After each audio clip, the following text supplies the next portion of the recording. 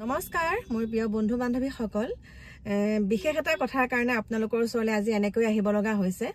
আৰু কথাটো হৈছে যোৱাকালি মই আপোনালোকলৈ যিটো ভিডিঅ' আগবঢ়াইছো আৰু যিসকল জ্ঞানী লোকে মোক সুন্দৰ সুন্দৰ কমেন্ট দিছে তেওঁলোকক বহুত বহুত অন্তৰৰ পৰা ধন্যবাদ জনাইছো আৰু যিসকল অন্ধভক্তই মোক কমেন্ট দিছে তেওঁলোকক মই একাষৰীয়া কৰি থৈছো আৰু কথাটো হৈছে মই ভিডিঅ'টোত কৈছিলো যে তেওঁৰ ওচৰলৈ মই 7 মাহৰ আগত গৈছিলো আৰু সেই 7 মাহৰ আগত যাওঁতে তেওঁ মোক 10 লাখ টকা দিছিলে কিন্তু কিহৰ কাৰণে কৈছো ভিডিঅ'টো সম্পূৰ্ণকে নুচুৱাকে ভৌ ভৌ ভৌ ভৌ ভৌ ভৌকে একদম অন্ধভক্তসকল আহি গল যিসকল অন্ধভক্তই মোক কৈ আছে যে আপুনি মৰিলে গম পাব আপোনাৰ পাপ হৈছে কৃষ্ণ প্ৰভু মাতৃ পিতৃ শহু শাহুৰ বৃদ্ধ বয়সত যদি আমি চাও শুশ্ৰূষা কৰো তাতকে আৰু কোনো বেলেগকে আকৌ মঠ মন্দিৰলৈ গৈ পেলাই ভগৱান মানে পুজিবলৈ যাব নালাগে আৰু এই মনুষ্যৰূপী যিজন ভণ্ডক আকৌ কৈছো মই নহয় এতিয়া যে মোৰ কথাটোত যে একদম ফৌ ফৌকে ভৌ ভৌকে আহিলে ইমান বাতৰি ইমান পোষ্ট ফেচবুকটো খুলিবই নোৱাৰি এনেকে ভগৱানে হবলা তেনেকে চাই ভগৱানৰ চাউনি তেনেকুৱা নেকি আৰু ভগৱানৰ যিখিনি কথা কোৱা শৈলী কেনেকুৱা আচৰণ হ'ব লাগে অকনমান এটো লগাব লাগে এটো গুৰুৰ আচৰণ কেনেকুৱা হ'ব লাগে গুৰু একদম ভৰিকিটা এনেকে জুকাই যেনেকুৱা ধৰণৰ কথা কয় এবাৰটো মই ভাবিছিলো আমাৰ কথা কোৱা শৈলীখিনি দেখি পেলাই ভাবিছিলো একদম জুবিন গাৰ্গ নেকি তাৰ পাছত চালো এজন গুৰুজনে দেখোন তাৰমানে ফেচবুকত পোষ্টটো মোলে শ্বেয়াৰ কৰিছে তাৰ পিছত মই চালো এজন দেখোন গুৰুজন গতিকে এনেকুৱা ভণ্ডামি মনুষ্যৰ নামত তেওঁ নিজকে ভগৱান নিজকে গুৰু এখন ফটো মই থৈছো আপোনালোকে চাব আমি কওঁ যে কণ শিশুসকলৰ গাত ভগৱান বিৰাজমান হৈ থাকে কিন্তু সেই কণ শিশুসকলক সেই 3 বছৰীয়া 2.5 বছৰীয়া শিশুটোক কি কৰিছে আমাৰ এই মনুষ্যৰূপী গুৰু কৃষ্ণ গুৰু ভগৱানে কি কৰিছে ভৰিখন পাতি দিছে সেৱা কৰিবলৈ তেনেহলে সেইজন ভণ্ডকি নহয় কি ভণ্ডক 100 বাৰ কম সেইজন কোনো গুৰুৰ আসনত গুৰু তুল্যত নপৰে কৰিব পাৰে বহুতে কিন্তু মোৰ মনৰ কথাটো কৈছো বহুতে সেৱা সৎকাৰ কৰিব পাৰে কিন্তু মই কৈছো যে সেইজন কেতিয়াও ভগৱান ৰূপী সেইজন গুৰুৰ আসনত বহাৰ যোগ্য তেওঁ নাই আৰু কথাটো শুনক মই যে কলো 10 লাখ টকাটো আপোনালোকে একাংশৰ কথা কৈছো একাংশটো বহুত জ্ঞানী মানুহে মোৰ ভিডিঅ' চাই তেওঁলোককটো একদম সেলুট দিছো দেই আৰু গাড়ী ভিতৰৰ পৰা এটা কথাৰ কাৰণে মই ভিডিঅ'টো আৰম্ভ কৰিছো মই এতিয়া গৈ আছো মৰিগাঁও সাৰ্কুল অফিচলৈ আৰু ইয়াৰ তাৰ পাছত যাম আকৌ মনহাট যাম গতিকে মই নিজৰ কামত আহিছো বলো নাই গাড়ী ভিতৰৰ পৰাই কওঁ মই কথাখিনি কৈ দিও এতিয়া খোৱা বোৱা অকনমান মানে হোটেলত অৰ্ডাৰ দিছো সেইখন সময়তে মই ভিডিঅ'টো আৰম্ভ কৰিছো আৰু 10 লাখ টকাটো দিয়া কথাটো এটা কাৰণে কৈছো চাওক মই যে দোকান ঘৰ বনাই আছো মোৰ নিজৰ পইচাই মই 2 টকা 1 টকা খাচি তেনেকে বনাইছো বহুতে কৈছে 7 মাহৰ আগত যেতিয়া মই সেই কৃষ্ণগুৰু ভণ্ডামি বিলাক দেখি পেলাই মই ভিডিঅ' দিছিলো সেই কাৰণে মই কৈছিলো যে মই 7 মাহৰ আগত তেওঁৰ ওচৰলৈ গৈছিলো আপোনালোকেটো এতিয়াহে দেখিছে আপোনালোকে এতিয়া সমালোচনা কৰিছে কিয় মইতো 7 মাহৰ আগতে সমালোচনা কৰি থৈছো যে এটো মিছা কথা এইবিলাক আচৰণ কিয় কৰিছে আমাৰ মানুহসকল কোনটো দিশে আগবাঢ়িছে সেই কাৰণে কৈছো যে মই 7 মাহৰ আগত তেওঁৰ ওচৰলৈ যোৱা হয় আৰু 10 লাখ টকাটো তেওঁ মোক কিয় দিছে বুলি কৈছিল 10 লাখ টকা এটা তেওঁৰ পৰা আনিছো বুলি কৈছো কিয় কৈছো মোক যে একাংশ অন্ধভক্তই কৈ আছে তই পইচা আনি পেলাই 10 লাখ টকাটো আনি পেলাই বোলে তই বোলে এই দোকানৰ কামত লগাইছো নহয় তেতিয়াহে ভিডিঅ'টো চাব ভিডিঅ'টোৰ মাজলৈ তেতিয়া যাব যে 10 লাখ টকাটো আনি পেলাইনো আমাৰ এই আইগৰা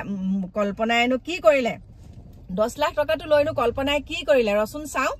তেতিয়া ভিডিঅ'টো ভিতৰলৈ গলে এইবিলাক ভণ্ডামিখিনি গম পাব সেই কাৰণে 10 লাখ টকাটো লৈছো বুলি কৈছো মই 10 লাখ টকা লবলৈকো নাই মই তালে গৈ পেলাই দান দক্ষিণা দিবলৈকো নাই আৰু একাংশই কৈছে মোৰ বোলে ভগৱান যদি বিশ্বাসেই নকৰ তেনেহলে ঘৰত বোলে কি 12টা মাহত 13টা পূজা কত কিয় পাত হেৰ মূৰ্খহত মই হৈছো শংকৰ সংঘৰ মানুহ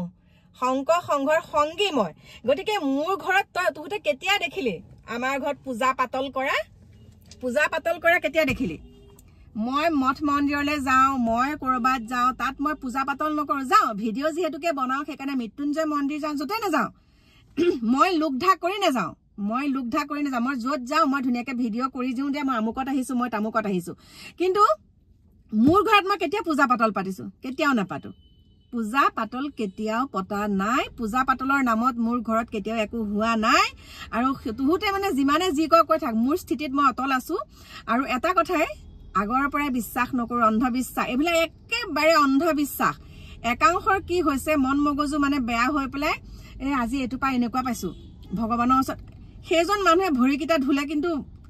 বহুতে যে ভৰিকিখন চুই চুই মানে কেনেকুৱাখিনি কৰিছে হেৰ কৃষ্ণ ভৰি চুই সেৱা কৰিলে মনৰ আশা পূৰণ হ'ব আধ্যাত্মিক দিশটো ভৰিকিটা চুই পেলাই ভগৱানৰ নাম যেতিয়া মানুহে ঘৰত লয় আমাৰ থাপনাৰখনতকে ডাঙৰ আৰু কোনো হ'ব নোৱাৰে আমাৰ ঘৰত থকা থাপনা ভাগতকে মানে ডাঙৰ আৰু একো হ'ব নাই আপোনালোকৰ থাপনা ভাগ আপোনালোকে ঘৰতে এৰিলে আপোনালোকৰ বৃদ্ধ পিতৃ মাতৃক চাহতা হেকাম নোখোৱাকে কি কৰিছে একাংশই সেই কৃষ্ণ গুৰু ওচৰলৈ গৈ পেলাই ভৰিকিটা চুই পেলাই একদম মনত সন্তুষ্টি লাভ কৰিছে সেইটো কি মানে মই কি ভুল কথাটো কলো আৰু মই এটা কথাই কৈছো মোৰ ভিডিঅত মোৰ নিজৰ ব্যক্তিগত চেনেলত মই যিয়ে বকি নাথাকো যিয়ে কৈ নাথাকো তাত কাৰো কোৱাৰ অধিকাৰ নাই তই যে এটো ভিডিঅ কিয় বনাইছ বুলি মইতো কাকো কানত ধৰি কৈ থকাগে নাই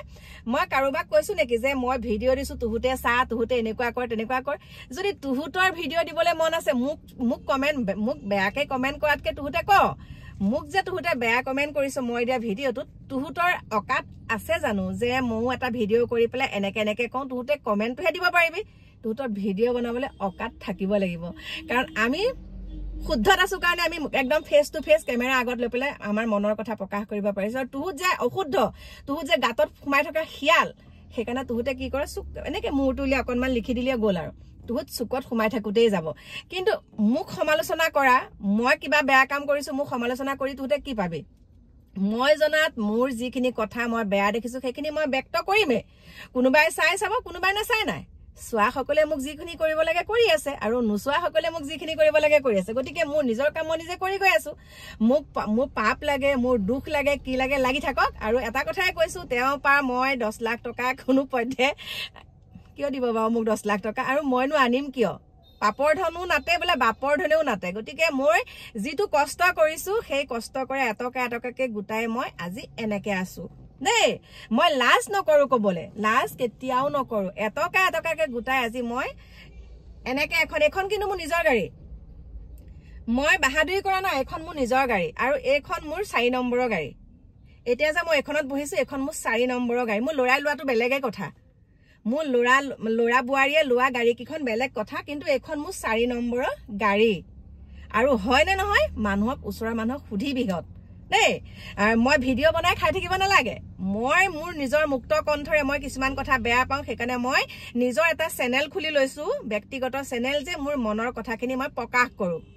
সেই কাৰণেহে মই এনেকে ভিডিঅ বনাইছো যে একে পইচা পাতি ভিডিঅ নবনালে যে মোৰ পইচা মোৰ খাবলে নাই ভিডিঅ বনালে যে মই একো কৰিবই নাই হেতু কথা কেতিয়াও নহয় মানে ভিডিঅ বনাই যে মই চলি আছো হেতু কথা নহয় মই কিবা কিবি মই কৰি থাকো এতিয়া যে আহিছো মই নিজৰ কামতে আহিছো মই এনে বহি থকা মানুহ নহয় এখাৰ কথা আছে যে শুই থকা খিয়ালে হাহ ধৰিব নোৱাৰে ঠিক তেনেকৈ মই শুই নাথাকো দেই আৰু নিজৰ কাম নিজে কৰি গৈ আছো জিয়াই থকালৈকে ভিডিঅ দিয়ে থাকিম এটোৱে মোৰ কথা